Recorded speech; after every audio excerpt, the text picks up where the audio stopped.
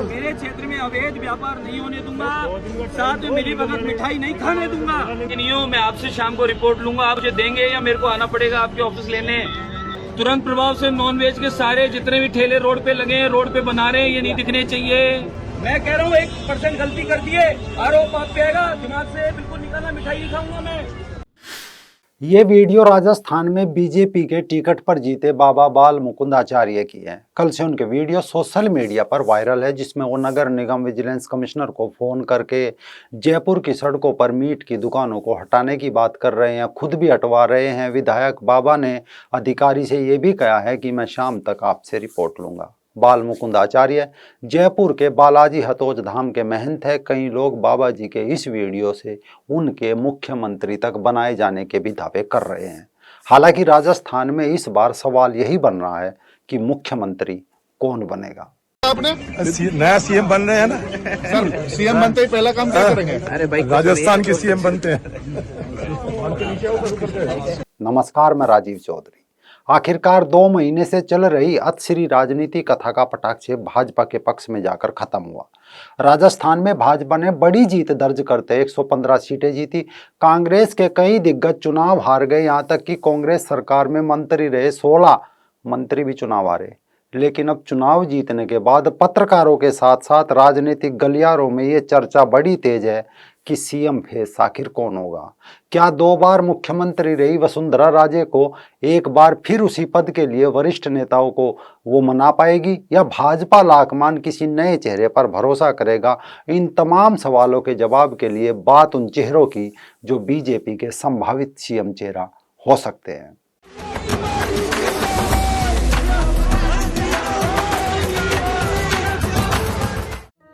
अगर हम सब 36 के 36 कौम, सब मजहब एक साथ मिलकर परिवार के रूप में प्यार की डोर से बंध। हालांकि जाहिराना तौर पर एक समय वसुंधरा एक चेहरा हुआ करती थी, लेकिन इस बार ऐसा नहीं था।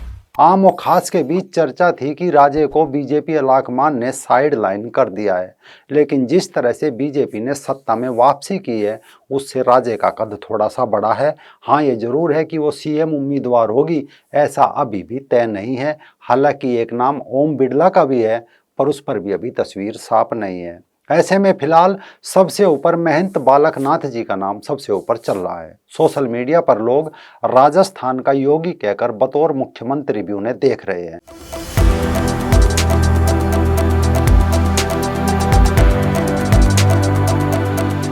ऐसे में कई लोगों के मन में ये भी जानने की उत्सुकता बनी हुई है कि महंत बालकनाथ जी कौन है और कैसे अचानक राजस्थान की राजनीति में इतने कद्दावर नेता बने। दरअसल महंत बालकनाथ मस्तान मठ के 8वें महंत है। पार्टी ने बालकनाथ को तिजारा विधानसभा सीट से चुनाव लड़ा था। चुनाव से पहले एक सर्वे में 13% लोगों ने महंत बालकनाथ जी को बतौर सीएम पसंद भी किया था। सीएम रेस में वसुंधरा के बाद दूसरे नंबर पर बालकनाथ ही थे।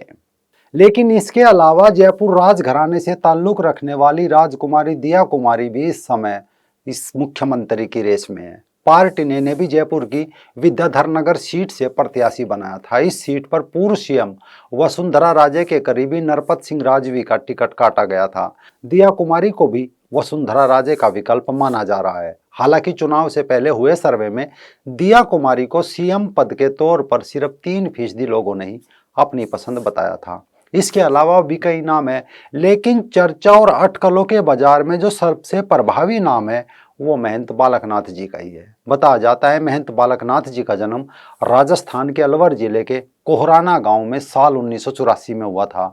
उनके पिता सुभाष यादव एक किसान थे, जबकि उनकी माता उर्मिला देवी एक गृहिणी थी। महंत बालकनाथ योगी का जन्म गुरुवार को होने के कारण में बचपन में उनका नाम बाबा खेतनाथ जी ने गुरुमुख रखा था। बालक गुरुमुख के पिता सुभाष यादव ने उनके जन्म से पूर्व ही उनको जन कल्याण के लिए, आस्था के चलते संत बनने के लिए, गुरुओं की सेवा के लिए बाबा खेतनाथ को अर्पित करने की बात बोल दी थी। गुरुमुख की भी बच्चों जैसी चंचलता देखकर उसे बालकनाथ नाम से पुकारा जाने लगा। बताया जाता है बाबा खेतानाथ के ब्रह्मलीन होने के बाद गद्दी पर महंत हुए सोमनाथ महंत हुए तो सोमनाथ ने बाबा बालकनाथ या गुरुमुख को 6 महीने बाद ही रोहतक में ब्रह्मलीन और अलवर के पूर्व सांसद महंत चांदनाथ योगी जी के पास भेज दिया। बालकनाथ ने मठ की सेवा करते हुए और नाथ संप्रदाय की परंपराओं को सीखते हुए गुरुओं के आदेश अनुसार कार्य किए और देश भर में विभिन्न आश्रमों में सेवा का दायित्व भी निभाया। बालकनाथ को जहाँ नाथ संप्रदाय की परंपराओं को सीखने का अवसर मिला, साथ ही महंत चांदनाथ योगी के साथ राजनीति भी विरासत में सीखने को मिली, क्योंकि महंत चांदनाथ योगी जी बहरोड से विधायक भी रहे और बाद में अलवर से सांसद भी रहे। लेकिन ब्रह्मलीन महंत चांदनाथ 17 सितंबर 2017 को बीमारी के कारण ब्रह्मलीन हो गए, जिसके बाद महंत बालकनाथ योगी ने स्थल बोहर के मठाधीश के रूप में नाथ संप्रदाय के सबसे बड़े मठ का दायित्व 8वें मठाधीश के रूप में संभाला। इसमें सबसे बड़ी बात यह रही थी कि जब महंत चांदनाथ जी ब्रह्मलीन हुए तब यूपी के सीएम योगी आदित्यनाथ जी, योग गुरु बाबा रामदेव जी और देश भर के प्रमुख संतों की उपस्थिति में गुरुमुख महंत बाबा बालकनाथ योगी को स्थल बोहर का 8वां उत्तराधिकारी घोषित किया गया था। वर्तमान में महंत बालकनाथ योगी 8वीं शताब्दी में स्थापित हरियाणा के रोहतक में 150 एकड़ भूमि में फैले हुए बाबा मस्तनाथ मठ के मठाधीश और बाबा मस्तनाथ विश्वविद्यालय के कुलाधिपति भी है। हालांकि इस मठ की कई सारी यूनिवर्सिटी है, कॉलेज है, हॉस्पिटल है, स्कूल आदि है।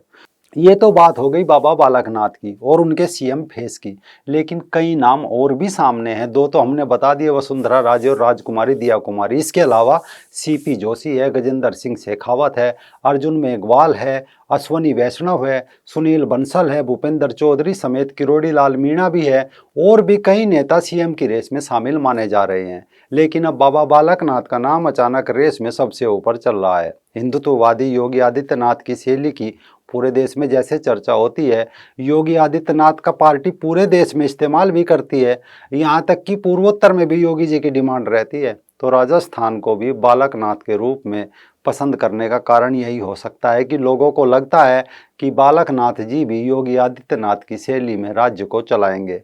कुल मिलाकर पार्टी भी यही चाहेगी कि एक और योगी बीजेपी को मिल जाए तो बेहतर होगा। आमतौर पर योगी आदित्यनाथ की तरह ही बालकनाथ भी राज्य में गुटबाजी से अलग थलग है। पार्टी चाहेगी कि 2024 लोकसभा चुनाव तक पार्टी में किसी भी तरह की गुटबाजी या बगावत ना हो।